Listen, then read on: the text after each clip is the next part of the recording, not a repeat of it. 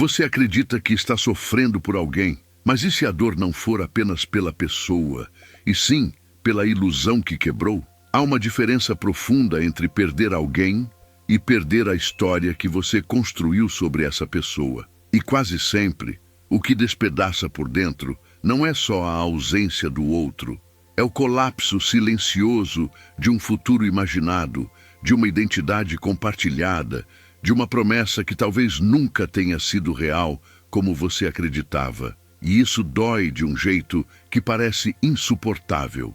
Porque não é apenas um adeus, é uma desconstrução. Quando um relacionamento termina, a primeira sensação é de vazio. Mas observe com honestidade. O que exatamente está vazio? A casa continua lá. O mundo continua funcionando. As ruas não desapareceram. O céu não mudou de lugar. O que se rompeu foi a narrativa. Aquela linha invisível que ia do agora até um nós, projetado no tempo. Você não perdeu apenas alguém ao seu lado. Você perdeu a versão de si mesmo que existia dentro daquela história. E essa versão tinha planos, expectativas, segurança emocional, referências. Quando a relação acaba, não é só o outro que vai embora. É o personagem que você se tornou com ele. Talvez você esteja dizendo, não, eu sinto falta da pessoa. E sim, existe saudade real. Existe apego real. Existe química, memória, toque, voz, cheiro. Mas, se você observar com profundidade, perceberá que grande parte da dor vem da quebra da expectativa. Você acreditava que aquilo continuaria. Você acreditava que aquilo evoluiria. Você acreditava que havia algo sólido ali. E quando a realidade não confirma essa crença, algo dentro de você entra em colapso. Não porque o amor era falso, mas porque a imagem era maior do que o que era verdadeiro. Existe uma diferença entre amar alguém e projetar em alguém. Amar é perceber o outro como ele é. Projetar é ver nele aquilo que você precisa. Muitas vezes, o que você chamou de amor era uma mistura das duas coisas. Você amava, sim, mas também projetava segurança, pertencimento, validação, futuro, identidade. E quando a relação termina, essas projeções não têm mais onde se apoiar. Elas caem, e você chama essa queda de coração partido. Mas talvez seu coração não esteja quebrado. Talvez sua ilusão esteja. Isso é difícil de aceitar porque mexe com algo muito profundo, a ideia de que você foi enganado ou que perdeu tempo. A mente imediatamente tenta encontrar culpados. Ele mentiu, ela mudou, eu não fui suficiente. Foi imaturidade, foi medo. Pode até haver verdade em algumas dessas explicações. Mas nenhuma delas toca o ponto essencial. Você estava investido não apenas na pessoa, mas na história que criou com ela. E histórias são frágeis quando não são sustentadas pela realidade concreta do que realmente existe entre dois seres. Pense nos primeiros momentos do relacionamento. Aquela intensidade, a sensação de descoberta, o entusiasmo, o cérebro inundado de expectativa. Nesse estágio, você não vê apenas quem está diante de você. Você vê possibilidades, você vê cenários, você imagina viagens, planos, estabilidade, cumplicidade. Você começa a construir um futuro mentalmente. E essa construção é tão vívida que passa a parecer quase inevitável. Só que o futuro não é um fato, é uma fantasia sofisticada. Quando essa fantasia se desfaz, a dor não é apenas emocional, é existencial. Porque você percebe que aquilo que parecia certo não era garantido. E isso toca em algo ainda mais profundo, a insegurança fundamental da vida. Nada é permanente, nada é assegurado, nada é fixo. E o relacionamento que parecia ser um chão firme revela-se parte do fluxo imprevisível da existência. Isso assusta, e a mente prefere dizer, meu coração foi quebrado, a encarar, eu me apeguei a uma construção mental. Existe também outro elemento quase invisível, identidade. Quando você está com alguém, você não é apenas você é nós. Você se apresenta ao mundo como parte de algo. Suas decisões passam a considerar o outro. Seus dias são organizados com base nessa presença. Há um papel, há um lugar. Quando isso acaba, você não perde apenas companhia, você perde estrutura. E a mente entra em pânico porque precisa reorganizar quem você é sem aquele espelho constante. Quantas vezes você já percebeu que, depois do término, o que mais dói são momentos específicos? Lugares que lembram, músicas que disparam memórias, horários do dia que eram compartilhados. Não é apenas a pessoa. É o significado que você atribuiu àqueles contextos. É o símbolo, é a associação. Você não está chorando só por alguém, está chorando por tudo o que aquilo representava. E aqui está um ponto crucial. A dor é real, mas o objeto exato da dor nem sempre é o que você imagina. Se você acreditar que sofre apenas porque perdeu alguém, pode passar anos tentando substituir essa pessoa. Mas se você perceber que sofre porque perdeu uma ilusão, então a cura não está em encontrar outro corpo. Está em compreender a natureza da projeção. Isso não significa se tornar frio. Não significa deixar de amar. Significa amar com mais lucidez. Significa perceber quando você começa a depositar no outro a responsabilidade de completar algo que você não quer encarar sozinho. Muitas relações começam não a partir de abundância, mas de carência. Você encontra alguém e sente alívio.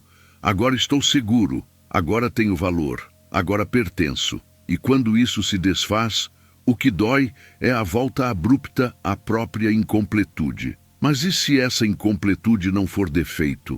E se for convite? Talvez o término esteja revelando não a ausência do outro, mas a dependência que você criou. Talvez esteja mostrando que você terceirizou sua estabilidade emocional. Talvez esteja apontando para um espaço interno que você evitava sentir enquanto estava ocupado amando. E quando o relacionamento acaba, esse espaço fica exposto, cru, nu, silencioso. A mente odeia esse silêncio. Então ela faz o quê? Relembra mensagens, revive cenas, cria diálogos imaginários, fantasia reconciliações, alimenta esperança.